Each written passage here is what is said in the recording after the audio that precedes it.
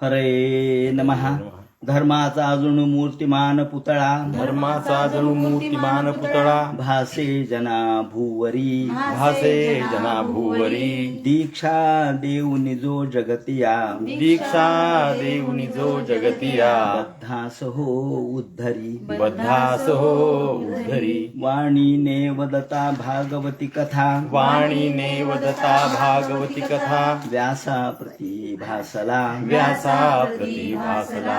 तो हा गुरुश्री जनार्दन असा, तो हा गुरुश्री जनार्दन असा, पाटांगणी शोभला. पाटंगणी सद्गुरुनाथ महाराज की जय.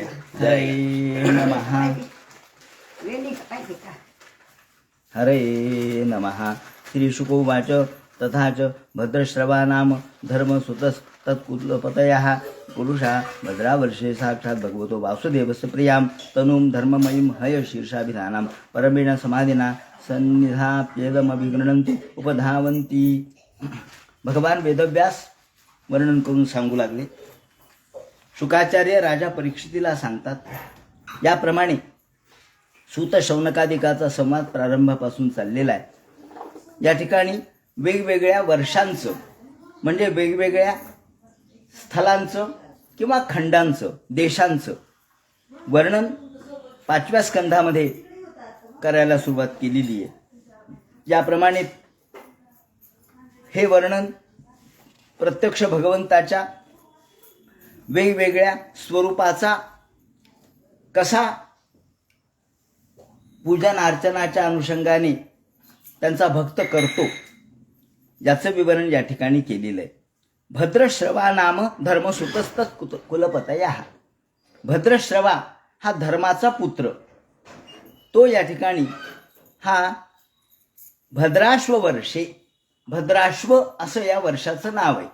आणि या भद्राश्व वर्षामध्ये एकूण जे नवखंड पृथ्वी आहे आणि 10वी जो मध्ये आपण बघितलं की जी प्रत्यक्ष भगवंताच्या मूल अशा प्रकारच्या विवरणाच्या अनुषंगाने नवयोजन इलावृत नावाचा जो खंड पसरलेला आहे ते मिळून 10. त्यापैकी एकेका वर्षाचं वर्णन करतायत. भद्रश्रवा नावाचा धर्माचा पुत्र तो या ठिकाणी भद्राश्व वर्षामध्ये राहतो आणि तो भद्रश्रवस हा प्रार्थना करतोय. भगवान ओम नमो भगवते धर्मायात्मविशोधनाय नमयिती. भगवान ओंकार स्वरूप भगवंताचा आविर्भाव आणि त्याला यांनी नमस्कार केलेला आहे. ध्यायन नसंत्यर्हि विकर्म सेवितुम निरत्यपुत्रम पितरम जी विशती. ते म्हणतात की याप्रमाणे माणसं हे धर्माचं आचरण न करता केवळ पापाच्या विचारामध्ये राहतात आणि केवळ आपण जगावं एवढीच प्रत्येकाला इच्छा असते. निरत्यपुत्रम पितरम जी विशती. आपल्या पित्याचा अंत्यसंस्कार केल्यानंतर आपणच तेवढं राहावं अशा प्रकारची इच्छा असणारे पुत्र हे पापी वृत्तीचे आहेत. आणि म्हणून हे भगवंता तू या सर्वांचं उद्धरण कर, या पापापासून त्यांचं रक्षण कर. म्हणून या ठिकाणी रसातलाद्यो या ठिकाणी कोणाचं वर्णन केलेलं आहे तर भगवान ज्यांनी रसातलातून पृथ्वी आणली, ज्यांनी सर्व प्राणीमात्रांसाठी पृथ्वी रसातळामधून आणली, अशा या वराह परमात्म्याचं विवरण या ठिकाणी केलेलं आहे. त्यांना नमस्कार केलेला आहे. यानंतर हरिवर्षाचं विवरण करतात. हरिवर्षामध्ये तस्मै नमस्ते हरिवर्षे चापी भगवान नरहरिरूपाण असते. हरिवर्ष नावाचा जो विभाग आहे, जो खंड आहे, त्या हरिवर्षामध्ये भगवान नृहरी हे राहतात. तर भगवान नरहरी यांचं स्वरूप या ठिकाणी वर्णन केलेलं आहे, त्यांची स्तुती केलेली आहे. आणि त्यांचे परमभक्त कोण आहेत तर भक्त प्रल्हाद हे त्यांचे भक्त आहेत. त्यामुळं प्रल्हादो व्यवधानान्य अनन्य भक्ती करणारे प्रल्हाद हे त्यांचे परम भक्त आहेत. त्या नृसिंहाची स्तुती या ठिकाणी केलेली आहे. ओम नमो भगवते नरसिंहाय, नमस्तेजस्तेजसे आविरार्भव वज्रनख वज्रदंष्ट कर्माशयान रंधय रंधय. हे परमेश्वरा, तुम्ही हातामध्ये काहीही न घेता केवळ आपल्या नखाने ज्या हिरण्यकशिपूला फाडलं, त्या नखाने तुम्ही काय करा तर आमच्या शरीरामधले, देहामधले, मनामधले जे कर्माशय आहेत ते नष्ट करा. त्याचं जसं शरीर फाडलं तसं आमचे जे कर्माशय आहेत ते नष्ट करा. तुमचे जे वज्रदंष्ट्र आहेत, तुमच्या हाताच्या नखानी तुम्ही आमच्या कर्माशयांना नष्ट करा आणि अभयम अभयम आत्मनी, आम्हाला अभय प्राप्त करून द्या. या स्तुतीमध्ये पुढे प्रल्हादानी, खरं म्हणजे ज्याप्रमाणे संत ज्ञानेश्वरांनी पसायदान लिहिलेलं आहे तशा प्रकारचं पसायदान या ठिकाणी विवरण करण्यात आलेलं आहे, किंवा पसायदानाचं हे सूक्ष्म रूप कदाचित ज्ञानेश्वर माऊलींच्या वाचनात हे सगळं आलेलं आहे आणि त्यामुळं त्यामधले सगळे सार तत्व त्यांनी आपल्या ज्ञानेश्वरीमध्ये घेतले. या ठिकाणी पसायदानाचाच आशय पसायदानाच्याही पूर्वी 5-10 हजार वर्षापूर्वी या ठिकाणी व्यक्त करण्यात आलेला आहे. स्वस्त्यस्तु विश्वस्य खलः प्रसिद्धताम ध्यायन्तु भूतानि शिवं मिथो धिया. ज्याप्रमाणे पसायदानामध्ये जे खळांची व्यंकटी सांडो तया सत्कर्मी रती वाढो भूता परस्परे पडो मैत्र जीवांचे, ही विनंती करण्यात आली, प्रार्थना करण्यात आली. तशीच प्रार्थना भक्त प्रल्हादानी भगवान नृसिंहाकडे केलेली आहे. स्वस्त्यस्तु विश्वस्य खलः प्रसीदताम. अगदी तोच आशय त्याच शब्दामध्ये इथे प्रगट केलेला आहे. स्वस्त्यस्तु विश्वस्य खलः प्रसीदताम. खल म्हणजे दुष्ट, दुष्टांच्या मनातला दुष्टता ही नष्ट झाली पाहिजे. जे खळांची व्यंकटी सांडो, खळांची वाकुडी मोडे असं देखील पाठ आहे. स्वस्त्यस्तु विश्वस्य खलः प्रसीदताम. जे खल आहेत, जे दुष्ट आहेत विश्वातले, त्यांच्यातले खलत्व नष्ट झालं म्हणजे ते चांगलेच आहेत. माणसं वाईट नसतात. माणसांची जी वाकडी बुद्धी आहे ती वाईट असते. विकृत बुद्धी असलेले माणसं, यातली विकृती नष्ट झाली म्हणजे तो मानवच आहे. स्वस्त्यस्तु विश्वस्य खलः प्रसीदताम. अहो जरी नाग आहे पण नागाला असलेले दात विषारी ते नष्ट झाले म्हणजे नाग काय करतोय? वाघाचा आपल्याला दात काढले, वाघाचे नख काढले तर वाघ काय करणार आहे? म्हणजे या ठिकाणी दुष्ट प्रवृत्ती जर नष्ट झाली तर माणसांना माणसाबद्दलचं प्रेम निर्माण होऊ शकतं. म्हणून ते म्हणतात स्वस्त्यस्तु विश्वस्य खलः प्रसीदताम ध्यायन्तु भूतानि शिवं मिथो धिया. शिवं मिथो धिया ध्यायन्तु भूतानि भूता परस्परे पडो मैत्री जीवांचे. याच शब्दातला आशय या ठिकाणी संस्कृतमध्ये व्यक्त केलेला आहे. मनश्च भद्रम भजता दधोक्षजे आवेशतानो मतिरप्य हेतुकी. हे भगवंता नृसिंहाला प्रार्थना करतात की तुम्ही आम्हाला अहेतुकी भक्ती द्या, ज्या भक्तीच्या द्वारे आम्हाला काहीही मागायचं नाही. आमचा हेतू काहीच नाही, फक्त परिपूर्ण भक्ती, निस्वार्थ भक्ती ही या ठिकाणी आम्हाला प्राप्त व्हावी. आणि या ठिकाणी संगो यदि स्यात् भगवत्प्रियेषुणः, या ठिकाणी संग विवर्जित अशी भूमिका घेतलेली आहे. म्हणजे आम्हाला इतरांचा संग नको, दुष्टांचा संग नको, दुष्टांची संगती सुद्धा नको, दुष्टांचा सहवास नको. का तर दुष्टांच्या सहवासातून आमच्याही मनावर त्याचा परिणाम होतो. म्हणून ते म्हणतात यात संग लब्धम, सत्संगाची अपेक्षा केलेली आहे. सर्वत्र भागवतामध्ये सत्संगाला महत्व दिलेलं आहे. का तर संगानेच माणूस, संगाने नारद देवर्षी झाला, प्रल्हादाला दला साधू संगू. चांगल्या संगतीनं नारदाला ऋषित्व प्राप्त झालं, चांगल्या संगतीनं प्रल्हादाला जन्मतःच ज्ञान प्राप्त झालं. म्हणून या ठिकाणी सत्संगाची अपेक्षा केलेली आहे. ही सत्संगाची अपेक्षा माऊलींनी सुद्धा केली आहे. आपण वाचतो वर्षत सकळ मंगळी ईश्वर निष्ठांची मांदियाळी अनवर्त भूमंडळी भेट तू भूता. ईश्वर निष्ठांची मांदियाळी. ईश्वरनिष्ठ म्हणजे काय? अहो भक्त ईश्वरनिष्ठ म्हणजे काय? ईश्वरावर ज्यांची श्रद्धा आहे, ज्यांची भक्ती आहे, ज्यांचं प्रेम आहे, ईश्वराबद्दल ज्यांच्या मनामध्ये अतीव भक्ती आहे, ते ईश्वरनिष्ठ आहेत. अशा ईश्वरनिष्ठांची मांदियाळी म्हणजे सगळ्या ईश्वरनिष्ठांचा समूह हा माणसाच्या सोबत असला पाहिजे. कारण समूहानेच या ठिकाणी सगळ्या गोष्टी होतात. एकाने ओरडून चालत नाही. एकाने समजा जय जयकार केला आणि कुणीच त्याच्या मागे नसेल तर म्हणतील याच्या मागे कुणीच नाही. किंवा एखाद्याने जर आग्रह केला, विनंती केली तर कलेक्टरही विचारात घेत नाही, माणसंही विचारात घेत नाहीत. पण जर मोर्चा निघाला तर अरे बापरे, लाख लोकांचा मोर्चा होता, हा मग बरोबर आहे का? संघशक्ती कलयुगे, कलयुगामध्ये संघशक्तीला महत्व आहे. त्यामुळेच गणपती हा संघशक्तीची देवता आहे. देवी ही संघशक्तीची देवता आहे. कलयुगामध्ये देवी आणि गणपती यांना महात्म्य येईल म्हणून सांगितलंय. त्याप्रमाणे संघशक्ती कलयुगे, संघशक्ती अर्थात मांदियाळी सुद्धा कोणाची? तर भक्तांची. भक्तांचा सुद्धा समूह. वारकरी संप्रदाय काय आहे मग? वारकरी संप्रदाय हा भक्तांचा समूहच आहे आणि समूहानेच तो दर्शनाला जातो.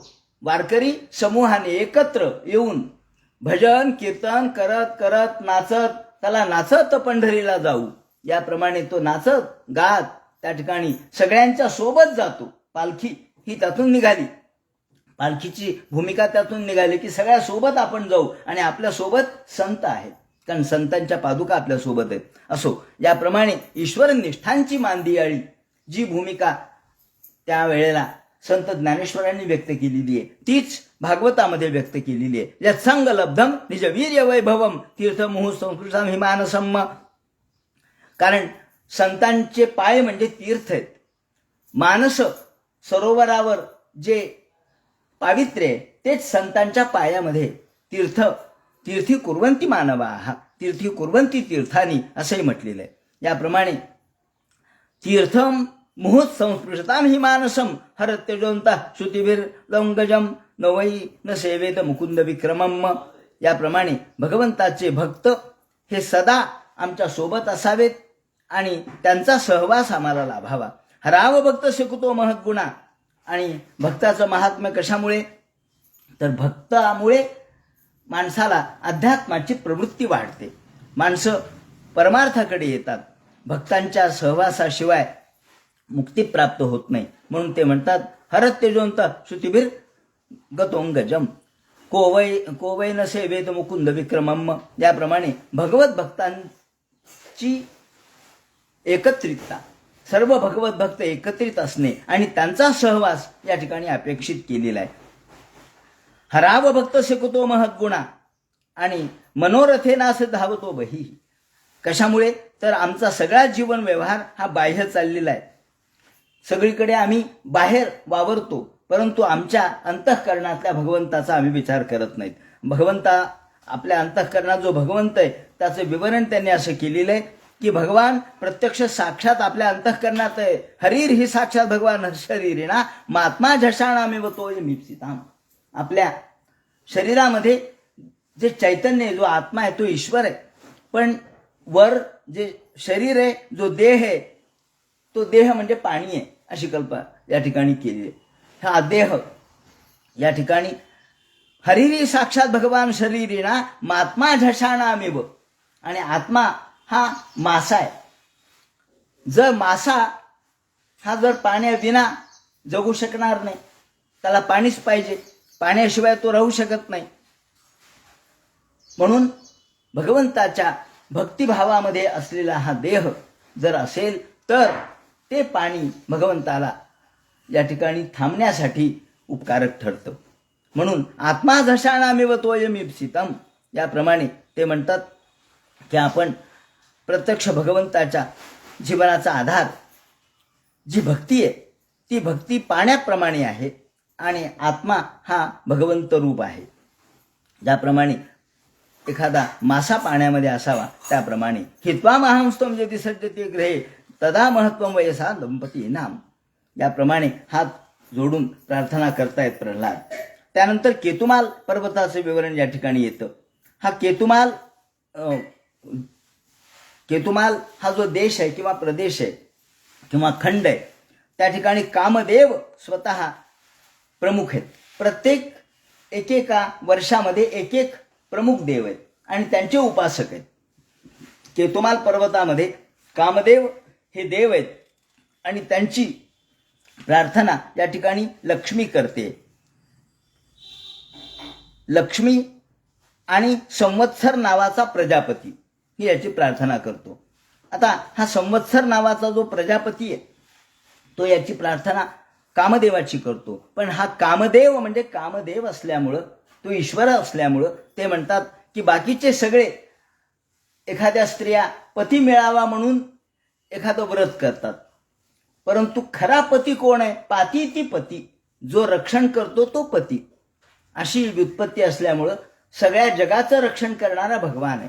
भगवान हा सर्वांचा पती आहे आणि त्यामुळं भगवंत हाच खरा पती आहे. त्याची उपलब्धी व्हावी म्हणून सर्वांनी प्रार्थना केली पाहिजे, केवळ सांसारिक पती मिळावा म्हणून नाही.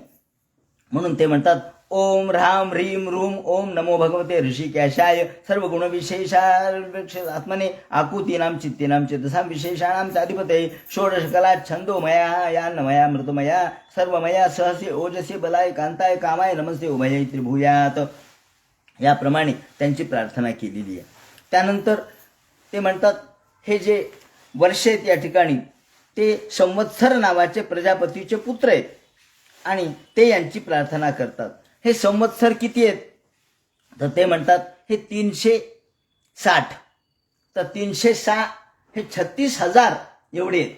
36,000 म्हणजे काय झालं तर माणसाचं आयुष्य आहे तेवढं. 36,000 दिवस एवढं माणसाचं आयुष्य आहे. कारण एका वर्षाला 360 दिवस, तर मग 100 वर्षाचं आयुष्य धरलं तर 36,000 म्हणजे 36,000 दिवस एवढं माणसाचं आयुष्य आहे. म्हणून 36,000 हे सगळे प्रार्थना करतायत.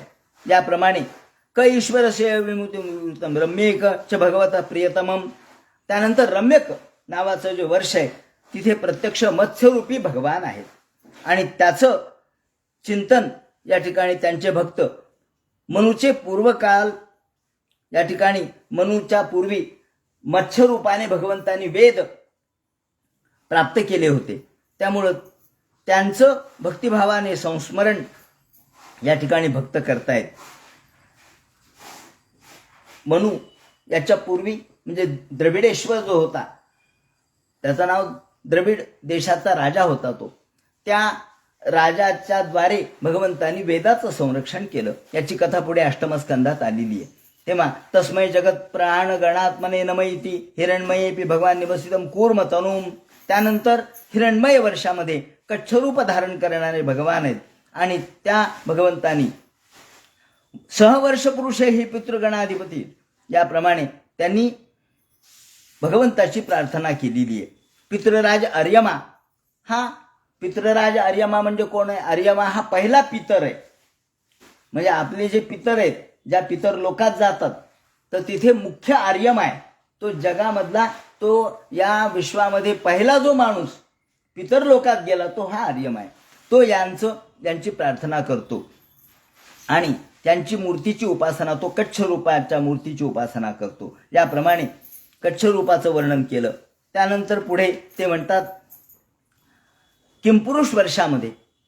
किंपुरुष वर्षामध्ये कोण आहे? भगवंत मादिपुरुषम लक्ष्मणाग्रजम, भगवान श्रीरामचंद्र आहेत. किंपुरुष वर्षामध्ये भगवान श्रीरामचंद्र आहेत आणि भगवान श्रीरामचंद्राचा परमभक्त कोण आहे? हनुमान. हनुमान त्यांचा भक्त आहे म्हणून हनुमान त्यांची प्रार्थना करतो. याप्रमाणे साधुवाद निकषणाय नमो ब्रह्मण्य देवाय महापुरुषाय महाराजाय नम इति त्यांना नमस्कार करून त्यांची प्रार्थना करतो. आणि त्याने असं वर्णन केलेलं आहे की ज्या भगवंतानी सगळ्या जगाचा तो आत्मा आहे आणि या ठिकाणी सगळ्यांचा आत्मा हा भगवान आहे. त्याप्रमाणे आत्मसाक्षात्कार हा ज्यांना ज्यांना होतो त्यांना सगळीकडे आत्मतत्व दिसतं. ते म्हणतात न स्त्रीकृतम कश्मलमश्नुवीत न लक्ष्मणम चापी विहातुमर्ती.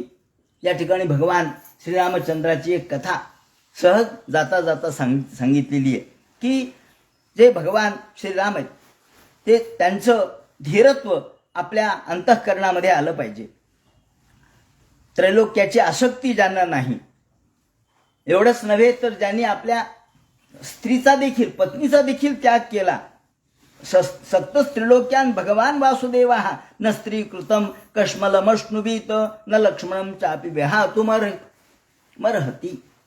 अहो, त्यांचा प्रिय भाऊ असलेला लक्ष्मण, याच्यावर सुद्धा याच्यावरच त्यांची आसक्ती नव्हती. आता याच्या संबंधातली एक कथा अशी आहे की एकदा श्रीरामचंद्र हे त्यांच्या गृहामध्ये होते, राजगृहामध्ये होते, आणि त्या ठिकाणी एक देवदूत त्यांना भेटायला आला. हा देवदूत आल्याबरोबर रामचंद्राच्या अगदी गुप्त वार्ता करायची होती, कुणालाही या कानाचे त्या कानाला कळू नये म्हणून तो आला. आल्याबरोबर रामचंद्रांनी सांगितलं, लक्ष्मणा, माझ्या दाराच्या समोर पेहरा म्हणजे त्या ठिकाणी उभा राहा आणि कोणालाही पहारा दे, कोणालाही या ठिकाणी येऊ देऊ नको. कोणी आलं समजा तर मी तुझा शिरच्छेद करीन. तो म्हणले ठीक आहे. लक्ष्मणाने मान्य केलं. लक्ष्मण उभे राहिले हातात धनुष्यबाण घेऊन. राम आणि तो देवदूत यांची चर्चा चालली. तेवढ्यात दुर्वास महर्षी आले. दुर्वास आल्याबरोबर दुर्वास म्हणले, लक्ष्मणा, मला जाऊ द्या आतमध्ये, रामाची भेट घ्यायची. आता याला प्रश्न पडला की रामाची आज्ञा आहे, कोणाला येऊ देऊ नको. आणि दुर्वास महर्षी ते म्हणले, मला जाऊ दे. का जाऊ देत नाही? नाही तर तुला जाळून भस्मसात करीन. असं म्हणल्याबरोबर लक्ष्मणाला काय करावं कळेना, आणि लक्ष्मणाने दुर्वासाला आतमध्ये जाऊ दिलं. म्हणले, जाऊ दे, दोन्हीकडून मरण आहेच आहे, मग त्यापेक्षा आपल्या भावाच्या हाताने मरू, जाऊ द्या. दुर्वास आतमध्ये आल्याबरोबर रामचंद्र रागावले, बाहेर आले. देवदूत निघून गेले. रामचंद्र आले, म्हणले, लक्ष्मणा, तुला मी सांगितलं होतं कोणाला येऊ देऊ नको, तू दुर्वासाला आज सोडलंस, तुझा अपराध झाला. मी म्हटल्याप्रमाणे मी तुझा शिरच्छेद करील. तेवढ्यात वसिष्ठ ऋषी आले. वसिष्ठ ऋषींना रामाने नमस्कार केला. म्हणलं, महाराज, माझ्या भावाला मारायची वेळ मला आलेली आहे, काय करू? माझे शब्द मला मागे घेता येत नाहीत, आणि त्यांनी तर माझा आज्ञाभंग केला, काय करावं? वसिष्ठ ऋषींनी सांगितलं, शास्त्र सांगितलं. शास्त्र ते म्हणाले की एक काम करा, आता देहाचा मृत्यू मारलेले होतो, परंतु तुम्ही जर त्याला अयोध्येमधून हाकलून दिलं तो त्याचा मृत्यू समजावा. अपमान केला, हाकलून दिलं, त्याला पुन्हा अयोध्येत यायचं नाही असं ठरवलं, तो मृत्यूच आहे. याप्रमाणे रामचंद्रांनी सांगितलं, लक्ष्मणा, अयोध्या सोड, निघून जा. आणि लक्ष्मणाला अयोध्या सोडावी लागली. अयोध्येचा त्याग केला. शास्त्राच्या दृष्टीने मृत्यू झाला. पुन्हा लक्ष्मण परत आले नाही. सांगायचं तात्पर्य असं की इतकी कडोनिकडीची वेळ आली, प्रसंग आला, तरी राम मागे हटले नाहीत. म्हणून न जन्म नून महतो न सौभगम. तेव्हा अशा भगवान श्री रामचंद्राला नमस्कार असो. त्यानंतर या ठिकाणी य उत्तरानयन कोत्सलान्विती भारतेपि वर्षे. आता भारत वर्षाचं वर्णन करतायत. आतापर्यंत आपण केतुमाल, भद्राश्ववित याचं वर्णन केलं. आता आपला देश भारत, भारतामध्ये मुख्य देवता कोणती आहे? नरनारायण ही मुख्य देवता आहे आपली. आपण नरनारायणाची उपासना केली पाहिजे. तेव्हा भारतेपि वर्षे भगवान नरनारायणाख्य आकल्पांत मुपचित धर्म ज्ञान वैराग्यैश्वर्य उपशम परमात्मोपलंबन अनुग्रहात्म ममतानुकंपया तपो व्यक्त गतिरिती गीतिश्चरती. जे तप, ज्ञान, वैराग्य, ऐश्वर्य, सगळ्या प्रकारचे ज्ञान, योग यांनी युक्त असलेले हे भगवान नरनारायण आहेत. त्यांना या ठिकाणी नमस्कार केलेला आहे. ते या ठिकाणचे प्रमुख आहेत. आणि भगवान नारद त्यांची स्तुती करतायत. भगवान नारदो वर्णाश्रम विविधी भारद्विही प्रजाभिर्भगवत प्रोक्ताभ्याम सांख्य योगाभ्याम. जे भगवान नारद आला सांख्य योग सांगतायत. सांख्य म्हणजे ज्ञान सांगण्यामध्ये तल्लीन आहेत. असे भगवदन भावोपवर्णनम सावर्णे रूपदक्षमाण परम भक्ती भावेनोपसर्गस्थितम चाभिगृणती. ओ नमो भगवते उपशमशीलोपरांतात्म्याय नमो किंचन वित्ताय. या ठिकाणी नमो किंचन वित्ताय, या ठिकाणी पुन्हा पुन्हा भगवंताला एक नाव दिलेलं आहे, किंचन वित्ताय. भक्त भगवंताचा इतका परमभक्त असतो की तो भगवंतालाच आपलं धन मानतो. या अर्थाने अकिंचन वित्ताय, ज्याच्याकडे पैसा नाही, निर्धन, जसं आपण म्हणतो निर्बलके बलराम, तसं निर्धनके धनराम, ज्याच्याजवळ धन नाही परंतु भगवान हेच ज्याचं धन आहे, असे हे नारद. त्या नारदांनी नरनारायणाची स्तुती या ठिकाणी केलेली आहे.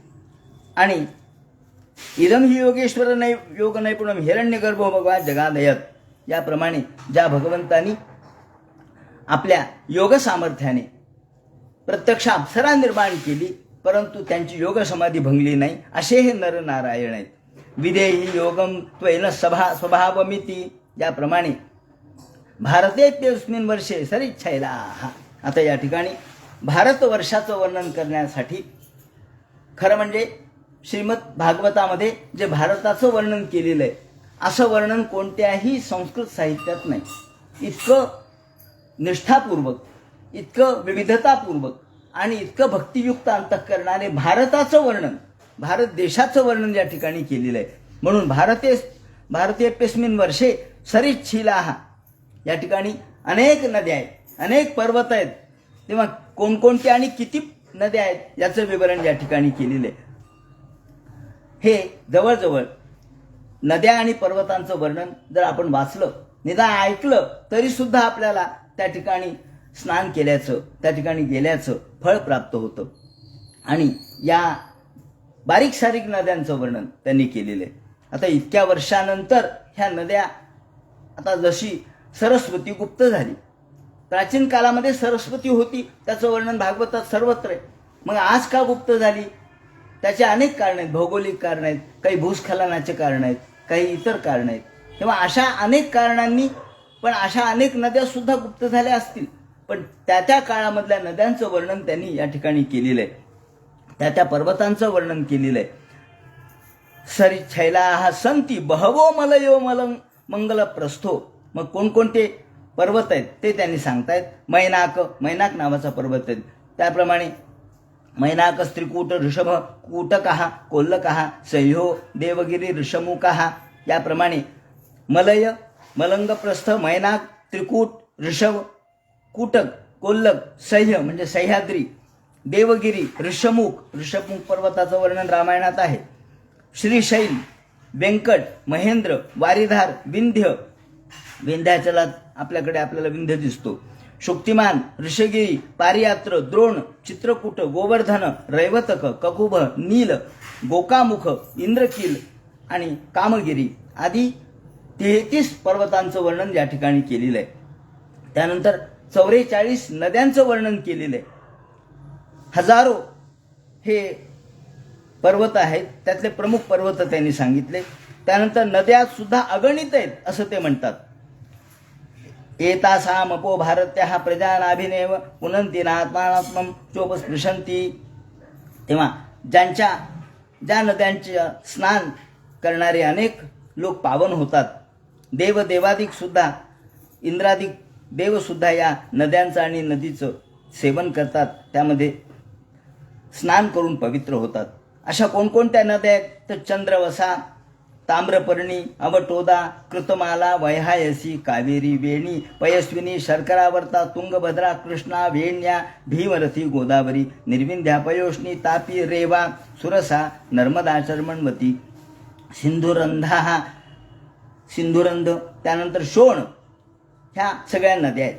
त्यानंतर महानद्यांच्या मध्ये ऋषिकुल्या, त्रिसामा, कौशिकी, मंदाकिनी, यमुना, सरस्वती, दृषद्वती, गोमती, सरयू, रोधस्वती, सप्तवती, सुषोमा, शतदृश, चंद्रभागा, शतदृतन वर्णन तर वेदामध्ये सुद्धा आहे, वेदापासून ही नदी आहे सप्तवती. त्यानंतर मरुद्वृधा, वितस्ता या नदीचं नाव या ठिकाणी मुद्दाम लक्षात येण्याचं कारण असं की वितस्ता आणि गोदावरी या दोन, आता गोदावरी महाराष्ट्रातली आणि वितस्ता काश्मीरमधली नदी आहे. तर या दोन नद्यांच्या निमित्तानं एक संशोधन प्रकल्प सध्या चालू आहे. तेव्हा या दोन नद्यांच्या तीरावर ज्या संतांचे साहित्य निर्माण झालं, मग तिकडे काश्मीरमध्ये काश्मीरी साहित्य निर्माण झालं, इकडे महाराष्ट्रात संतांचं वारकरी वगैरे साहित्य निर्माण झालं.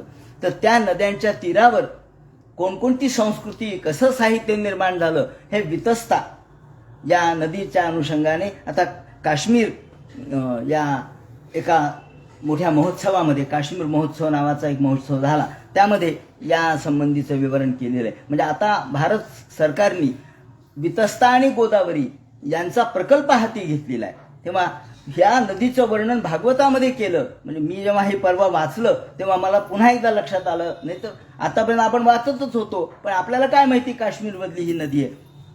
ही त्यांनी विटस्टा असं इंग्रजीत नाव आहे त्याचं, विटास्टा असंही म्हणतात, पण इथे वितस्ता असं लिहिलंय, ते बरोबर आहे संस्कृतमधलं.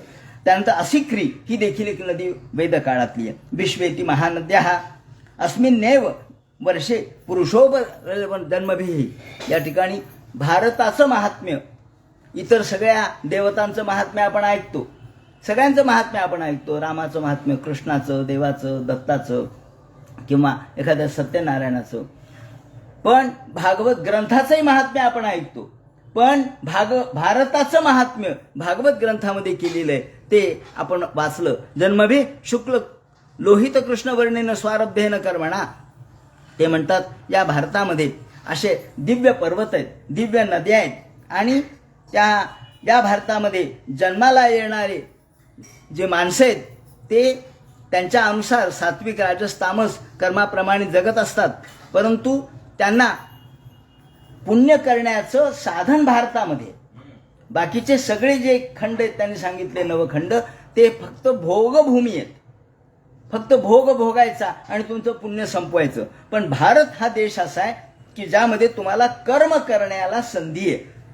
तुमच्यामध्ये ज्याला आपण आता आपलं उत्थान करायचं आहे, आपल्याला आपली प्रगती करायची आहे, आपल्याला आपला पुण्य संचय करायचा आहे, यातून आपल्याला मुक्त व्हायचंय, ते या सगळं करण्यासाठी भारत हा एकमेव देश आहे. ते म्हणून ते म्हणतात की दिव्य मानुष नारक गतयो बहु आत्मनापूर्वेण सर्व हेषा सर्वेषां विधीयन्ते यथावर्ण विधान मपवर्ग क्वापि भवति. याप्रमाणे कर्मानुसार माणसाला विविध योनी प्राप्त होतात, परंतु या भारतामधलं वैशिष्ट्य काही वेगळंच आहे. ते म्हणतात एत देव ही देवाहा गायंती. या ठिकाणी भारत महात्म्य सुरू झालं. देव सुद्धा, स्वर्गामधले देव म्हणतात आम्हाला भारतात जन्म द्या. देव म्हणतात आम्हाला, हे देवा, आम्हाला जर तुम्हाला जन्माला घालायचंच झालं तर भारतात जन्म घाला. का हो? यामध्ये बाकीच्या देशांचं वर्णन, इतर राष्ट्रांचं वर्णन का नाही केलेलं? त्या राष्ट्राच्या दृष्टीने महत्त्व का नाही? आज आपण अमेरिका किंवा युरोप या ठिकाणी पळत राहतो, परंतु भारत हा एकमेव देश पुण्यकारक आहे असं प्राचीन ऋषीमुनींनी म्हटलंय. एत देवही देवा गायंती अहो अमिषाम किमकारी शोभनम. ते काय म्हणतात? भगवंताला प्रार्थना अशी करतात की या भागवत ग्रंथामध्ये भारताचं जे वर्णन आहे त्यामध्ये ते म्हणतात की भारतवर्ष भगवंताच्या सेवेसाठी योग्य आहे. त्यासाठी मनुष्य जन्म माणसाला जर प्राप्त झाला तर त्याने त्याचा योग्य उपयोग करावा. अहो अमिषाम किमकारी शोभनम प्रसन्न येषाम स्विदुत स्वयं हरिही जन्म लब्धम नृषु भारता जिरे. आम्हाला जर जन्म द्यायचा झाला देवा तर भारतात द्या. का? तर त्यातून तुमची सेवा आम्हाला करता येईल. मुकुंद सैवोप किंवा स्प्रहायिनः किम दुष्करेण कृतुभिर तपोव्रतै दानादिभिर्वा द्विजयेन फल्गुना न यत्र नारायण पादपंकज स्मृती प्रमुष्टात्सवात. भारतामध्ये आम्हाला जन्म तुमच्या पूजेसाठी, अर्चेसाठी, प्रार्थनेसाठी द्या. इतर कुठेही आम्हाला जन्म देऊ नका, कारण इतर ठिकाणी भोगांची भूमी असल्यामुळं आमच्या मनातल्या अंतःशक्ती ह्या सगळ्या विस्मृत होतात. आमची शक्ती नष्ट होते, आमची स्मृती नष्ट होते, परंतु स्मृती प्रमृष्टातिशयेंद्रियोत्सवात.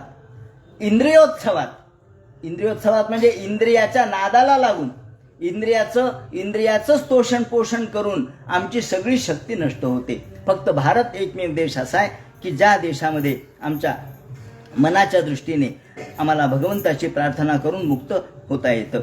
कल्पायुषाम, हे तर अधिक उत्कटपणाने सांगितलंय. कल्पायुषाम स्थान जयात पुनर्भवात क्षणायुषाम भारत भूजयो वरम. कल्पायुषात अहो आम्हाला स्वर्गातलं कल्पभर आयुष्य नको, स्वर्गातलं एक कल्पभर आयुष्य ते आम्हाला नको, एक क्षण भारतातलं आयुष्य आम्हाला द्या. क्षणायुषाम भारत भूजयो वरम क्षणेन मर्तेन कृतम मनस्विना. कारण या ठिकाणी एका क्षणात सुद्धा खटवांग नाही मुक्त झाला का, एका क्षणात सुद्धा माणसाला मुक्त होता येतं, हे भारताचं वैशिष्ट्य आहे. क्षणेन मर्तेन कृतम मनस्विना संन्यस्य संत्यान भयम पदम हरे हे न यत्र वैकुंठ कथा सुभागा. या ठिकाणी दुसऱ्या ठिकाणी दुसरे अनेक देश आहेत, खूप चांगले आहेत, त्यामध्ये भोग आहेत, सगळ्या प्रकारचे लाभ आहेत, सगळ्या प्रकारचा पैसा आहे, सगळं काही आहे, पण वैकुंठ कथा सुधा पगा, भगवंताची कथा तिथे नाही.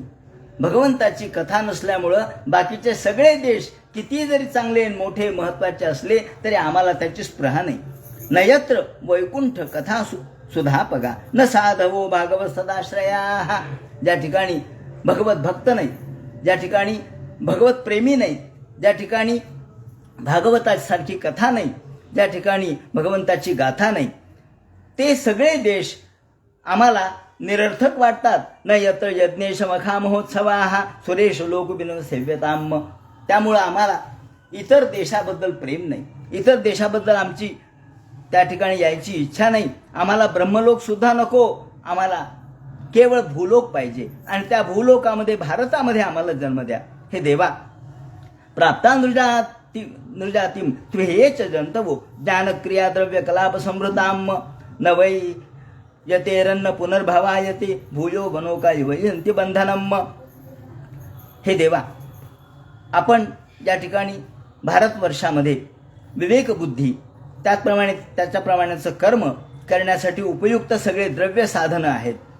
कारण भारतामध्ये पुण्यवृक्ष आहेत, त्याचप्रमाणे भारतामध्ये चांगल्या प्रकारचे हरिण, ज्याला आपण काळवीट म्हणतो, ते सुद्धा ज्या ठिकाणी आहेत ती भूमी चांगली सांगितलेली आहे. ज्या ठिकाणी यज्ञयाग झालेले आहेत, ज्या ठिकाणी मंत्रतंत्र झालेले आहेत, ती भूमी पवित्र आहे.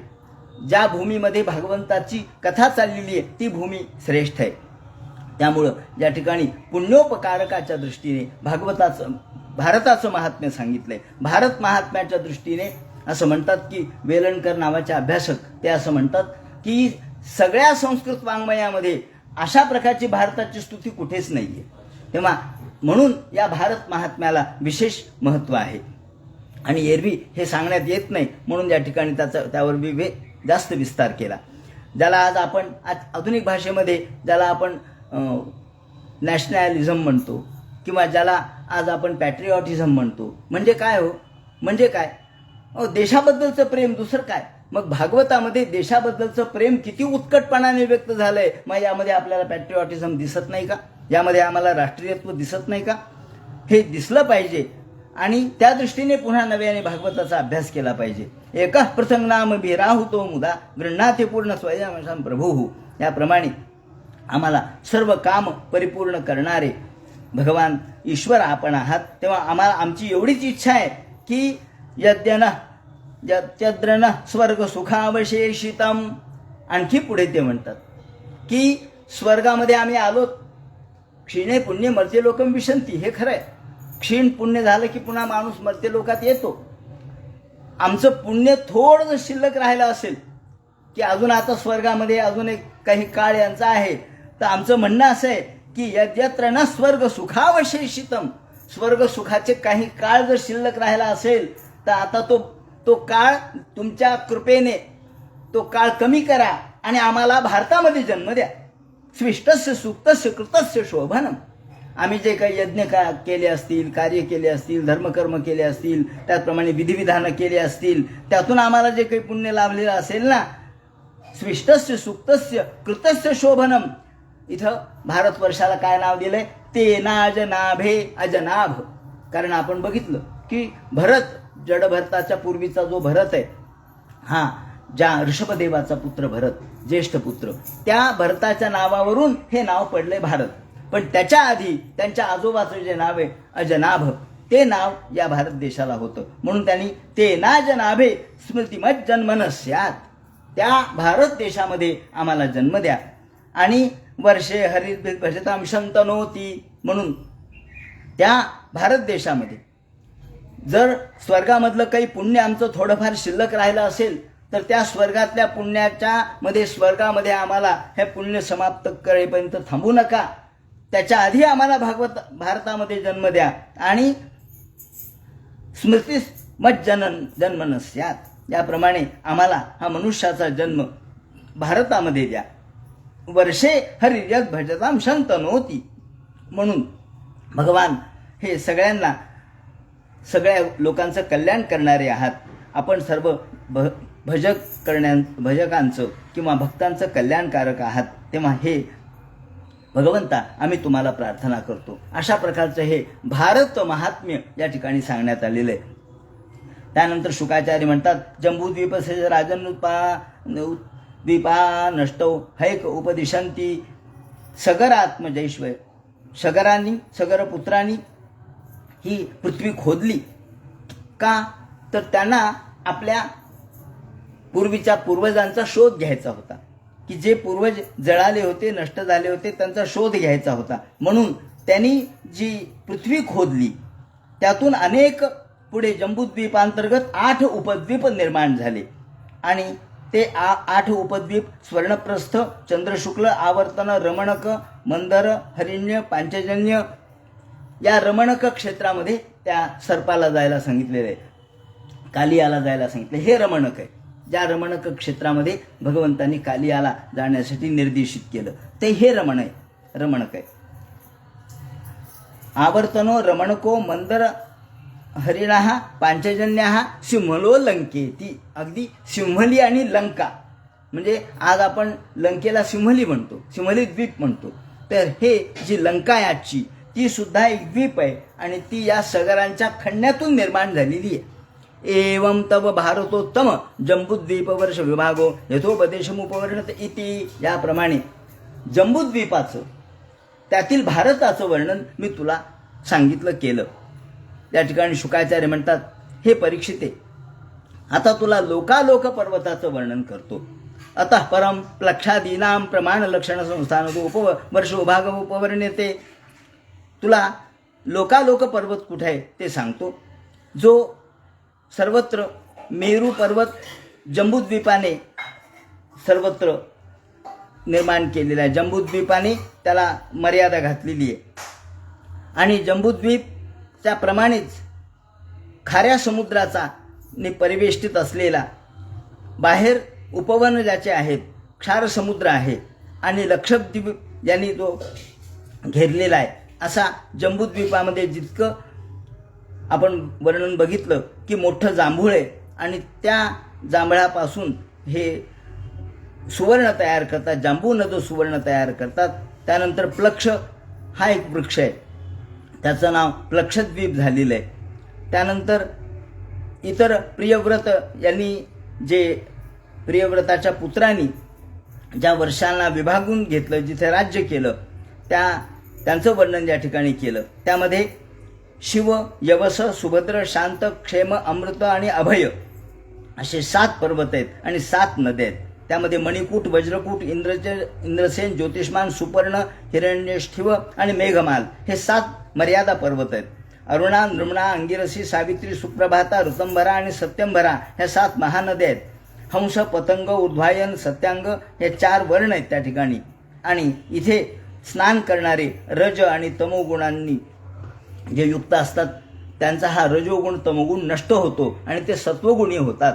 या ठिकाणी देवतांच्या शरीराला कुठेही थकावट येत नाही, कुठेही ते श्रमार्थ होत नाहीत, त्यांना घाम येत नाही आणि त्यांची संतानोत्पत्ती देखील त्यांच्याप्रमाणेच होते. याप्रमाणे याचं वर्णन केलं. त्यानंतर प्लक्षस्व समानेषु, प्लक्षद्वीपामध्ये मोठमोठे समान अशा प्रकारचे जे वृक्ष आहेत त्या वृक्षांचं वर्णन केलं. त्यानंतर इक्षुरस म्हणजे उसाच्या रसाचा समुद्र तोही सांगितला. त्यानंतर शाल्मली द्वीप, तो देखील किती विस्तार त्याचा आहे ते सांगतात. तो देखील समुद्राने घेरलेला आहे आणि मदिरेप्रमाणे त्या समुद्राचं पाणी आहे. त्यानंतर तिथे असलेले शाल्मली वृक्ष, शाल्मली म्हणजे ज्याला आपण आज ज्याच्यापासून त्या म्हाताऱ्या निघतात, शाल्मली वृक्ष म्हणतात त्याला. हे बारीक बारीक म्हाताऱ्या त्यातून उडतात पहा उन्हाळ्यामध्ये, तर ते शाल्मली वृक्ष असतात. त्या शाल्मली वृक्ष हे जे त्याला वेदमय त्या वृक्षाला पंख आहेत आणि त्या ठिकाणी भगवान गरुड याचं ते निवासस्थान आहे. ज्या भगवंताच्या गरुडाला वेदाचे पंख आहेत. आपण बघितलं की गरुड जो फिरतो त्याला सामवेद, एक बृहत साम आणि दुसरा सतीरथ, असा 2 साम त्यातून ते गायले जातात. असं हे गरुडाचं स्थान आहे. आणि तिथे अधिपती प्रियव्रत महाराज हे यज्ञबाहू त्या ठिकाणी आहेत. त्यानंतर तिथल्या नद्यांचं आणि पर्वतांचं वर्णन या ठिकाणी केलं. यथापूर्व कुशद्वीपो, पुढे कुशद्वीप आहे त्याचं वर्णन केलं. त्यानंतर तिथे अग्निदेव समान या ठिकाणी यांची वस्ती आहे. आणि त्यानंतर क्रौंच द्वीपाचं वर्णन केलेलं आहे. हा जो क्रौंच द्वीप आहे, या क्रौंच द्वीपाचं वर्णन पुढे करायला सुरुवात केली. क्रौंच द्वीपाचं विवरण असं आहे की मानस सरोवराकडे जाणारा जो रस्ता आहे त्याचं वर्णन मेघदूतामध्ये आलेलं आहे. ते असं आहे की हिमालय पर्वताच्या मधून काहीच रस्ता नव्हता. तर एकदा महादेवाकडे परशुरामांनी शिक्षण घेतलं आणि कार्तिक स्वामींनी शिक्षण घेतलं धनुर्विद्येचं. आणि दोघांच्या मध्ये स्पर्धा लागली की कोण जास्त ताकदवान आहे, कोणाचा बाण लांब जातो. तेव्हा या ठिकाणी दोघांच्या बरोबर स्पर्धा लागल्यानंतर परशुराम आणि प्रत्यक्ष कार्तिक स्वामी, तेव्हा कार्तिक स्वामींनी जो बाण मारला तो बाण या हिमालय पर्वताला छेदून पुढे गेला, मानस सरोवरापर्यंत गेला. आणि तिथून जी एक दिशा निर्माण झाली किंवा तिथून जो रस्ता निर्माण झाला तोच हा पुढे क्रौंच द्वीपाकडे जातो. म्हणून पूर्वी असा क्रौंच द्वीपाकडे जायला रस्ता नव्हता. आता मेघदूतात त्याचं वर्णन त्यांनी केलेलं आहे. ती मानस सरोवराकडे जाणारा हा रस्ता यथा घृतोद्वापही क्रौंच द्वीपो द्विगुण समानेन क्षीरोदेन परी उपक्लुप्तो घृतो यथा कुशद्वीपो घृतोदेन, याप्रमाणे तिथे दुधाचा समुद्र, सगळीकडे दुधाच्या प्रमाणे पाणी आहे, पांढरं स्वच्छ पाणी सगळीकडे आहे. आणि तिथे क्रौंच नावाचे पक्षी राहतात, त्यामुळे त्याला क्रौंच द्वीप असं म्हणतात. त्यांनी विवरण केलेलं आहे की पूर्वी ज्या वेळेला कार्तिक स्वामींनी बाण मारला त्यावेळेला त्यातून हा रस्ता तयार झाला. यासौ गुह प्रहरणोन्मथित नितंब कुंजोपी क्षीरोदेना सिच्यमानो भगवता वरुणेनाभिगुप्तो विभयो बभूव तस्मिन् विप्रयव्रतो घृतपृष्ठो नामाधिपती स्वे स्वे द्वीपे वर्षाने सप्त विभज्यतेषु. आणि त्यातून पुन्हा त्यांनी 7 द्वीप पुढे सांगितलेले आहेत. ते त्याच्या पर्वतांचे आणि नद्यांचे वर्णन करण्यात आलेले आहेत. अशा प्रकारे सर्वतोभद्र उपवर्ह इति अभया अमृतोगा आर्यका शुक्ल वर्धमान भोजन उपबर्हिण नंदी नंदन आणि सर्वतोभद्र अशा नद्या त्यातून वाहतात.